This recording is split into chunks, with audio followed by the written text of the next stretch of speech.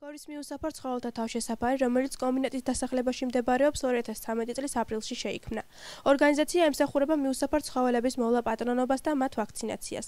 ორგანიზაცია შეიქმნა აპრილის თვეში, 2013 წლის აპრილში.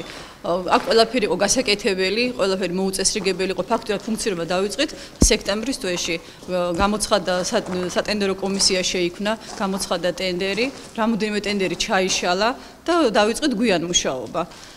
ჩვენი ორგანიზაცია ემსახურება მიუსაფარ ცხოველების მოვლა პატრონობას დაჭერას, ჰუმანური წესით ხდება ლასოთი, ხელით გააჩნია თუ აგრესიულია ძაღლი ლასოთი და ბადით, თუ არ არის აგრესიული ძაღლი, ხელით ხდება ცხოველების დაჭერა.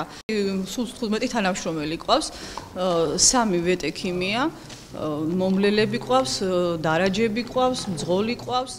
თავშესაფარში მოყვანილ ცხოველებს სხვადასხვა სახის მკურნალობას კვალიფიციური ვეტექიმი უტარებს. ორგანიზაციიდან ასევე ხდება ძაღლების გაჩუქება.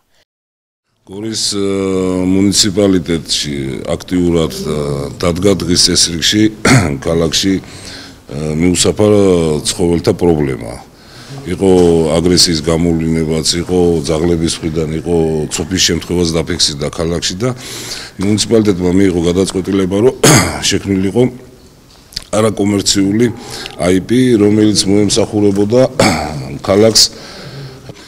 აქ კოლექტივი შეირჩა ისეთი ადამიანები, რომლებიც უზომოდ მოყვარულები არიან ცხოველების.